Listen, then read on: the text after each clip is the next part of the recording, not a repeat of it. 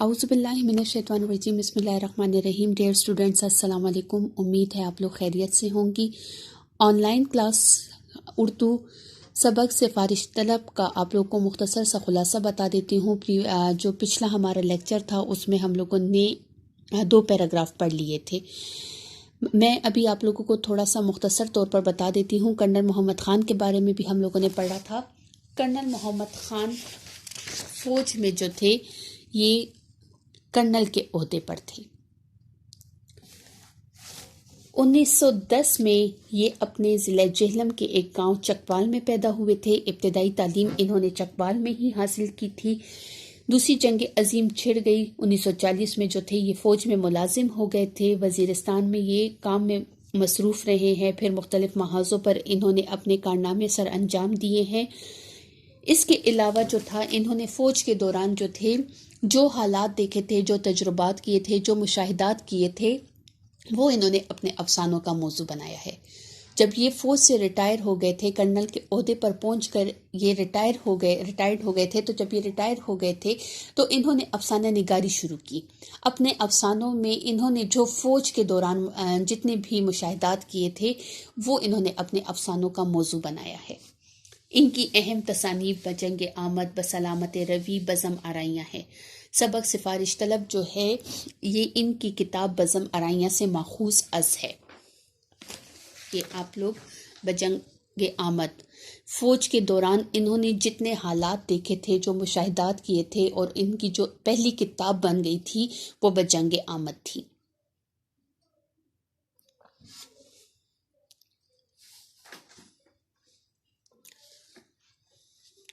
صفحہ نمبر 91 پہ سبق سفارش طلب ہم لوگوں نے شروع کیا تھا. سبق سفارش طلب قواعد کی روح سے جو ہے یہ لہکا ہے، نثری اعتبار سے یہ افسانہ ہے. پچھلے لیکچر میں ہم لوگوں نے پڑھ لیا تھا کہ مصنف کے دوست آغا جو تھے وہ بہت اصول پسند بندے تھے اور کسی کی بھی نہیں سنتے تھے. اپنے اصول کے خلاف وہ کوئی کام نہیں کرتے تھے. مصنف نے جو تھا وہ ان کو کسی کی سفارش کرنے کا کہا تو وہ انہوں نے انکار کر دیا تھا، جس پر مصنف ناراض ہو گئے تھے. پھر ایک دفعہ جو تھا وہ آغا جو تھا وہ مصنف کے گھر آیا اور اس نے کہا کہ میرے ساتھ ڈاکہ ڈالو. تو اس نے کہا میں ڈاکہ کیسے ڈالوں؟ مطلب آغا یہ کہہ رہے تھے کہ آغا جیسے دیانتدار انسان جو ہے وہ مجھے ڈاکے کے لیے کہہ رہے ہیں. تو آغا نے کہا کہ کل تم میرے پاس آئے تھے ڈاکہ ڈالنے کے لیے، آج میں آیا ہوں تو تم کہہ رہے ہو میرا دماغ خراب ہو گیا ہے. تو وہ کہتے ہیں کہ میں نے تمہیں ڈاکے کا تو نہیں کہا تھا، میں نے سفارش کرنے کا کہا تھا. تو اس نے کہا کہ سفارش بھی ڈاکہ ہے، سفارش ڈاکے کے مترادف ہے. جس طرح ڈاکے میں جو ہوتا ہے ایک حقدار کا حق چھین کر کوئی دوسرا بندہ لے جاتا ہے، اسی طرح سفارش میں بھی ہم ایک حقدار کا حق چھین کر کسی نااہل کو دے دیتے ہیں جو اس کا حقدار ہی نہیں ہوتا. مصنف اس بات پر کافی شرمندگی محسوس کرتا ہے اور وہ کہتا ہے کہ میں نے جتنی بھی پرانی سفارشیں کی تھی وہ سب میری آنکھوں کے سامنے آ گئی تھی. کہتے ہیں پھر مجھے شرمندگی محسوس ہو رہی تھی. تو جب اس کو شرمندہ آغا نے دیکھا تو اس نے کہا کہ تم شرمندگی محسوس کر رہے ہو، کرو، ضرور کرو، اور کہتے ہیں آئندہ کے لیے توبہ بھی کرو. صفحہ نمبر 92.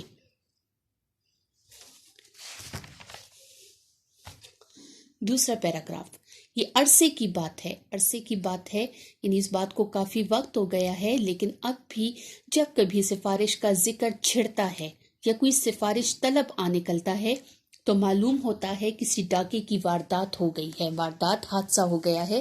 کہتے ہیں یہ آغا والی بات کو جو ہے یہ کافی وقت گزر گیا ہے، لیکن اب بھی جب کوئی سفارش کی بات کرتا ہے تو ایسے لگتا ہے جیسے کہیں پر ڈاکے کی واردات ہو گئی ہے، جیسے کہیں پہ ڈاکے کا حادثہ ہو گیا ہے یا ہونے والی ہے. کہتے ہیں یا تو ہو گیا ہے، کسی نے سفارش کر دی تو کہتے ہیں کہ وہ ڈاکہ جو ہے وہ کسی کے گھر پر پڑ گیا ہے یا وہ ڈاکہ پڑنے والا ہے. لیکن کاش آغا نے میرے علاوہ باقی سفارش طلبوں کی اصلاح بھی کر دی ہوتی. کہتے ہیں آغا نے میری تو اصلاح کر دی، کہتے ہیں کاش آغا نے باقیوں کی بھی اصلاح کی ہوتی.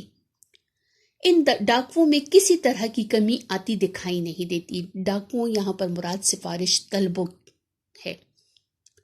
دنیا میں وبائیں پھوٹ نکلتی ہیں، وبائیں بیماریاں، خطرناک بیماریاں پھوٹ نکلتی ہیں، نکل آتی ہیں، اور آخر میں تھم جاتی ہیں، رک جاتی ہیں، جنگیں چھڑتی ہیں اور آخر میں صلح ہو جاتی ہے۔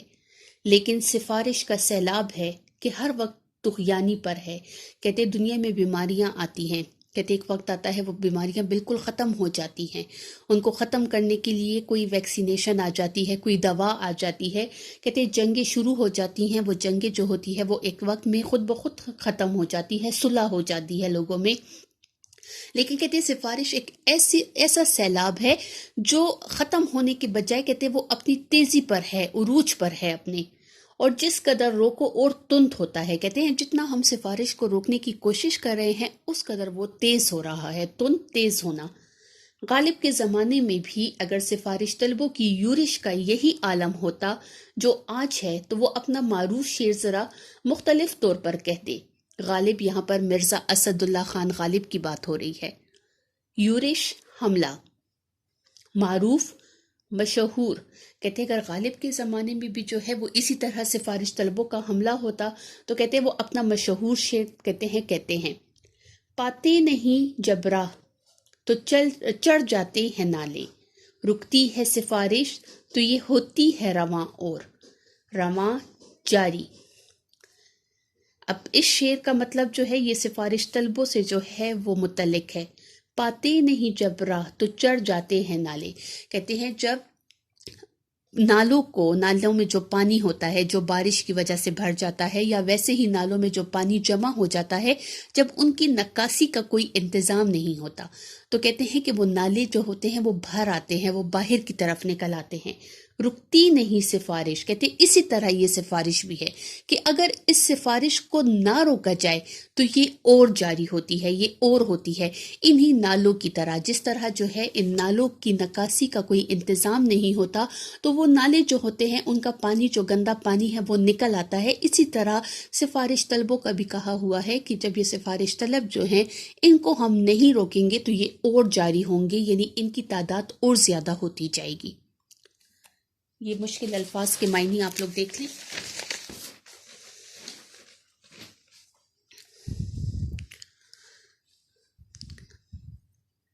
صفحہ نمبر 91 پر آپ کو پہلے بتا دیے تھے، اور یہ صفحہ نمبر 92 پر جو ہے ہوائیاں اڑنا، گھبرا جانا، ندامت، شرمندگی، طغیانی، طوفان، تند، تیز، یورش، حملہ۔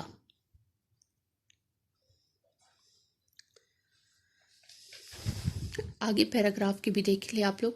اقربا، رشتہ دار، بصیغ راز، راز کی بات، حامل رکا، خط لانے والا، گلو خلاصی، جان چھڑانا۔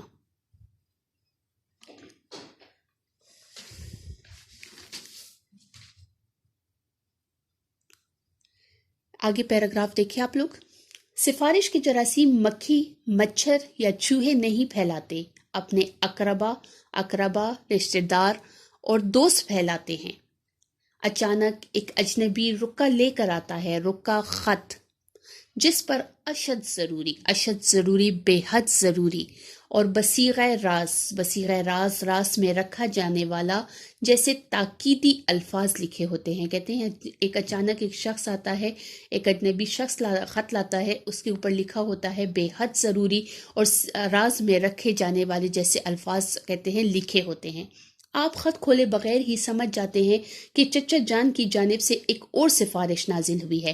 کہتے ہیں اس کے خط کے لفافے کے اوپر جو باہر کی طرف لکھا ہوتا ہے، کہتے ہیں اس نے نام نہیں لکھا، بس اس نے یہ لکھا ہوا ہے کہ بہت ضروری ہے اور راز میں رکھ کر جو ہے اس کو پڑھنا۔ تو کہتے ہیں میں خود ہی سمجھ جاتا ہوں کہ اس میں اب جو ہے ایک اور سفارش جو ہوگی وہ پیش کی گئی ہوگی۔ اور حامل رکا لانے والا، خط لانے والا، یوں لگتا ہے جیسے سفارش کے تعاون کا ایک اور چوہا گرا ہو۔ آپ لفافہ کھول کر پڑھتے ہیں تو لکھا ہے تعاون، وہ بیماری جو چوہوں سے پھیلتی ہے۔